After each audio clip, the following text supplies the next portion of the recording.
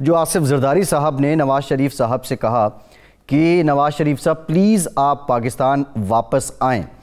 ये पाकिस्तान वापस आने का कहना, क्या जरदारी साहब इस बात को समझते थे कि ये अनहोनी है और फिर इस्तीफ़ों को इससे मशरूत कर देना? क्या पीपल्स पार्टी वाकई इस सारी पीडीएम की जो शराकत दारी थी उसमें अपनी पोजीशन पहले तो डिक्लेयर की थी, लेकिन अब ये इस्तीफ़ों की जानिब because of Sindh government stake था नहीं जाना चाहती थी? ये ऐसे फैसले प्रैक्टिकल सिचुएशन देख के किए जाते और पीपल्स पार्टी के लिए बड़ा मुश्किल है कि वो इस फैसले पे अमल करे कि इस्तीफे देकर घर बैठ जाएँ। उन्हें अपनी गवर्नमेंट भी ख़त्म कर रहे हैं वो खुद ही, जो इमरान खान साहब बड़ी मेहनत करके अचीव करना चाहते हैं। दूसरा ये बात समझ नहीं आती कि मरियम ने सरदारी साहब के बयान के जवाब में जो मौक़िफ़ अख्तियार किया है वो PMLN के अपनी पॉइंट ऑफ व्यू को रिवर्स कर दिया, ये कह के कि जी हम तो मियां साहब की जान को ख़तरा है, उनकी जान जो है वो अजीज़ है बड़ी में वगैरह वगैरह, गोया के वो पाकिस्तान से बाहर इलाज कराने के लिए नहीं बैठे थे बल्कि वो एक किस्म की एग्जाइल में कि उनकी जान को ख़तरा है। बहरहाल शरीर रहमान साहब अस्सलाम वालेकुम, कैसे मिजाज हैं आपके? आप बताइए कि ये अचानक का एक किस्म का बॉम्बशेल छोड़ा जरदारी साहब ने, खिलाफ तवक्को अगरचे तहफ़्फ़ुज़ात का तो मालूम था हमें। देखिए, पहले तो मैं ये कहूँगी कि जो इजलास ये था इसमें हमें एक्चुअली ख्याल था और हमें ये तवक्को थी कि इतनी बड़ी नेशनल असम्बली में अदम एतमाद की से बेहतर सिचुएशन की गई, जिसमें यूसुफ रज़ा गिलानी ने 3 मार्च में इतनी बड़ी फतह लीगल, पार्लिमानी, अखलाकी ये सब हासिल की और जमहूरी रास्तों से की, और ये PDM की मुश्तरका लाएमल और बहुत बड़ी फतह थी। तो हम समझ रहे थे कि बाय इलेक्शंस जो कराची से इन्होंने कश्मीर मतलब पूरे कराची से खैबर तक लड़े हैं, 7 बाय इलेक्शंस टिका के इस इत्तेहाद ने जीते हैं और हम ज़ाहिर इस सफ़े अव्वल में थे कहने के कि मैदान खाली ना छोड़ें, हमें हर इलेक्शन लड़ना चाहिए, हर सीट भरनी चाहिए, इनके लिए मैदान नहीं खाली छोड़ना चाहिए। और हर महाज पर हमारे लिए तो देखिए आईनी जो महाज होते हैं वो मैदान जंग होते हैं, चाहे वो सेनेट इलेक्शन हो, चाहे वो चेयरमैन का इलेक्शन हो, या वो डिस्ट्रिक्ट का हो, या बाई इलेक्शन हो, या जनरल इलेक्शन हो, सूबे की सीट हो, नेशनल असेंबली की। इस वक्त मैं आपको ये ज़रूर बता दूं कि सिंध सूबे की कोई बात नहीं हो रही है, बात ये हो रही है कि हमने एक आईनी लाएअमल इख्तियार किया, जमहूरी पहला रास्ता जो होता है पहला, उसमें हर जगह हमें फतह हुई है, फ्रैंकली सेनेट में भी हुई, हमें इलेक्शंस लड़े और उन पर हमें एक अक्सरियत मिली है। अब कोई ऐसा ब्लैंकेट ऐवान नहीं है जहां ये अपना बुलडोज़र चला सकें और हमारे जितने भी आईनी पिछले अचीवमेंट्स हैं, चाहे वो 18वीं तरमीम हो या कुछ और, बहुत सारी हम अमेंडमेंट्स लाए हैं, बहुत सारी कानून साजी की है ख़ासतौर से पीपल्स पार्टी ने। तो आप इस तरह उस पर अब ट्रैक्टर ट्रेलर नहीं चला सकेंगे, बुलडोज़र नहीं चला सकेंगे। तो ये इतनी बड़ी यके बाद दीगरे जो फतह हुई हैं पार्लियामान के अंदर, हम समझ रहे थे, ऐन तवक्को थी कि अब हमसे कहा जाएगा कि जी आपके मौक़िफ़ की हम तायीद करते हैं, आप लोग सही कहते थे। और ये एक मजमुई सब सारे फैसले थे और फिर मैं कहूँगी एफर्ट सबका था इसमें, ये कोई किसी मेरी पार्टी की फतह नहीं थी, सबका इसमें बहुत एफर्ट था। हम एक दूसरे के साथ मुस्तकिल काम कर रहे थे और एक हमारा एतमाद का जिसे कहते हैं रिश्ता भी बन गया था और बना रहेगा इंशाल्लाह। कल जो अफसोस से मैं कहूँगी हुआ, हम तवक्को कर रहे थे कि जी लॉन्ग मार्च पे डिस्कशन होगा और हमने उस पर भी बहुत तैयारियां की हुई हैं। ये तवक्को थी कि इसको हम जैसे हमारे एक्शन प्लान में APC के लिखा गया, हम उससे नथी करेंगे अगले किसी मंसूबे के जो हम नो कॉन्फिडेंस चाहे पंजाब में ला सकते हैं, वहाँ ऐन मुमकिन है क्योंकि PTI और बुज़दार गवर्नमेंट की वहाँ जो बहुत ही तबाहकुन परफॉर्मेंस रही है, उसके बाद उनके खुद सारे MPs हिले हुए हैं, MNAs हिले हुए हैं, MPs हिले हुए हैं, वो तो सब आपके सामने फिल्म चल रही है। उसके बाद हम ये कहते हैं कि भी आप स्पीकर के लिए कॉन्फिडेंस लाएं, उसके बाद प्राइम मिनिस्टर के लिए अदम एतमाद लाएं। ये सारे इंस्ट्रूमेंट्स होते हैं, ये तरीक़ेकार होते हैं, जमहूरी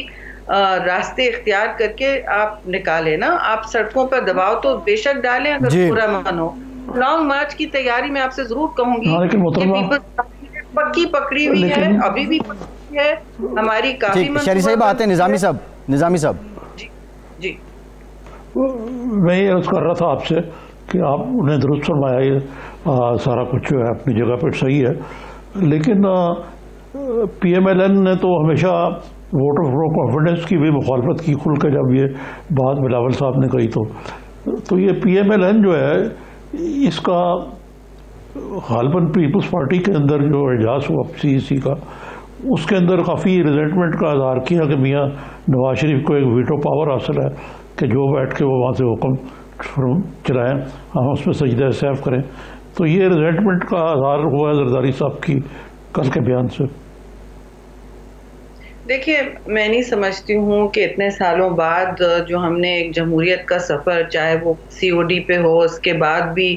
हमने एक दूसरे की, कम से कम हमारी हुकूमत में बहुत एक बर्दाश्त की फ़ज़ा थी।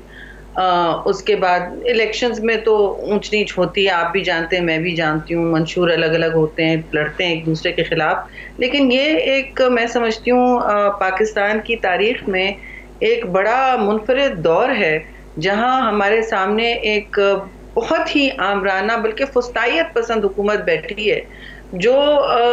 किसी भी कदर पे ना अवाम के, ना आपके, ना मेरे, ना किसी जमहूरी कदरों पर पूरी उतर रही है। उनका एक मजाक बन गया है मुल्क में भी और बाहर भी, और उनके जितने नाम दिए, महंगाई सरकार, तबाही सरकार, हमने उनको यतीम कर दिया है, वो यतीम हो गए हैं, अवाम उनका साथ छोड़ चुकी है। तो देखें, जब ये सारी बातें होती हैं और हम ये, फिर मैं कहूँगी, हमने एक साथ मिल बैठ के और बहुत नजरियाती एक स्पेक्ट्रम के अक्रॉस ये पार्टीज बैठती हैं, आपको भी मुझसे बेहतर मालूम है, और हम मैनेज कर रहे होते हैं कि हम एक मिनिमम कॉमन एजेंडा पे चलें। और उस मिनिमम कॉमन एजेंडा की तश्कील आरिफ साहब APC में हुई थी, जो पहली पीपल्स पार्टी ने होस्ट की। उसमें मियाँ साहब ने भी अपना दिल खोल के बातें की और सबने बातें की। हमें तो मालूम भी नहीं था कितनी देर बात करेंगे, लेकिन सर आंखों पर हमेशा, ये तो हमारा कॉल ऑफ फेल है, कोई भी होस्ट करे, एक सबको बात करने की खुली फजा में इतनी तो एतमाद होना चाहिए, इतना हौसला होना चाहिए। और बात ये थी कि हम खुल के बातें भी करें, लेकिन एक बात हमें नहीं समझ आई कि इस्तीफों की जो बात थी, जी वो कि हमारे मौक़िफ़ की तायीद की जाए। हमें ये एकदम सुना दिया गया कि इस्तीफ़े, अब लॉन्ग मार्च जो 26 तारीख के लिए हमने तैयारी पकड़ी हुई थी कि वो लॉन्ग मार्च, हमारे तो काफ़िले निकलने तैयार थे कि लॉन्ग मार्च पर हम इस्तीफ़े देंगे बस। जब हमने पूछा कि भी आगे हमने वहाँ कितने दिन ठहरना है, कि अब ज़ाहिर है अरेंजमेंट्स बहुत होती हैं, ज़ैली हमारी तंजीमें और कमिटीज़ भी बन रही थी, ये सब होते होते कि जी नहीं, लॉन्ग मार्च में इख्तिताम पजीर फौरी तौर पर वो रेजिग्नेशंस में होगा, यानी 26 तारीख को आप रेजिग्नेशंस देंगे। जी अब ये तो बात हमारी रोज स्टीयरिंग कमेटी, अक्सर और बेशतर हम उस पर होते हैं, जो सरबराही इजलास नहीं होता है, या वो मीडिया के सामने नहीं होता है। मैं भी उस पर हूँ, राजा परवेज भी हैं, मैं उसकी वाइस प्रेसिडेंट हूँ, राजा परवेज सीनियर वाइस प्रेसिडेंट है, हम सारे होते हैं उस पर, एक हर पार्टी से, और उसमें संजीदा और फैसला कुन गुफ्तगू होती। कल परसों तक तो हमें किसी ने कुछ नहीं कहा था कि यकदम हम आपसे कहेंगे, इतनी बड़ी पार्लिमानी फतह के एक के बाद फतह के बाद, सीरीज ऑफ विक्ट्रीज के बाद आपसे कहेंगे कि आप इस्तीफे दे दें, उन्हीं ऐवानों में जहां आप ठीक ठाक टिका के चैलेंज कर रहे हैं इस नाअहल सिलेक्टेड गवर्नमेंट को, तो आप एकदम, हम तो शजदर रह गए शायद उन बातों में। जी शहरी साहिबा, आज नवाज शरीफ साहब और मौलाना फजल रहमान साहब का जो टेलीफोनिक राब्ता हुआ है, इस दौरान जी मार्च कभी नथी नहीं था किसी इस्तीफे से। आप हमारा पॉइंट ऑफ एक्शन भी ले लें, वो लास्ट पॉइंट था, it was not linked to any resignation. Long march तो बीच में थी और फैसला को लॉन्ग मार्च, ठीक है, तो एकदम लॉन्ग मार्च देखिए आगे तो हमारे यहाँ तो जाहिर है ये हुआ कि हमें सीसी से फिर रुजू करना होगा। इस्तीफे एकदम से आगे, लॉन्ग मार्च तो आप डिसाइड कर चुके थे ना। शहरी साहिबा, सवाल ये है, नवाज शरीफ साहब ने मौलाना साहब से आज गुफ्तगू करते हुए जो रिपोर्ट हुआ, उन्होंने कहा कि 90 की दहाई की सियासत को दफन किया था, तो फिर इल्ज़ाम तराशी क्यों? अब क्या पीपल्स पार्टी, नून लीग, वही पुराने सिलसिले हमें देखने को मिलेंगे? और दूसरा, सीईसी, पीपल्स पार्टी की सीईसी का फैसला कितना जानदार होगा? क्योंकि अपेरेंटली एक इम्प्रेशन है कि जितनी हमारे यहाँ सियासी जमातें हैं वो वन मैन शो हैं, तो ये कल की सारी प्रोसीडिंग्स को, पीपल्स पार्टी के मौक़िफ़ को इनकार समझ के ही लोग कह रहे हैं कि पीडीएम जो है वो नहीं रही और पीडीएम टूट गई है।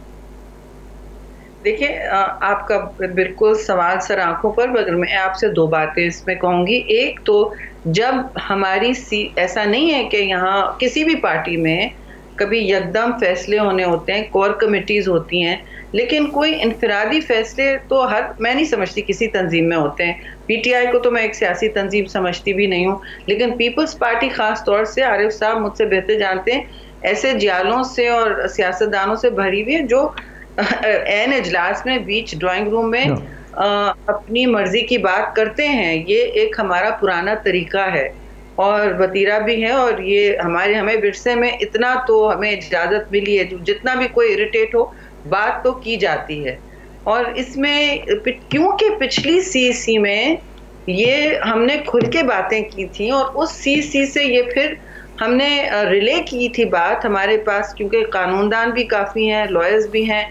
उस पर हमने आईनी कंसल्टेशन करके बताया कि पीडीएम को कि भाई वो सेनेट इलेक्शंस नहीं लड़ना चाहते थे कि ये आप ना करें, आप मैदान खाली छोड़ देंगे, आधा सेनेट कायम रहेगा और कोई कानून नहीं कहता कि वो सेनेट नहीं चलेगा और वो सेनेट कानून साजी नहीं करेगा। और सेम विद नेशनल असेंबली, ये सारी बातें उनको हमने चैप्टर और वर्स आइन की पेजेस दिखा दिए और ये बातें हमने सीसी में तय करनी और सीसी में स्टडी की। उस ज़िम्रे में सीसी ने उस वक्त भी कहा कि जी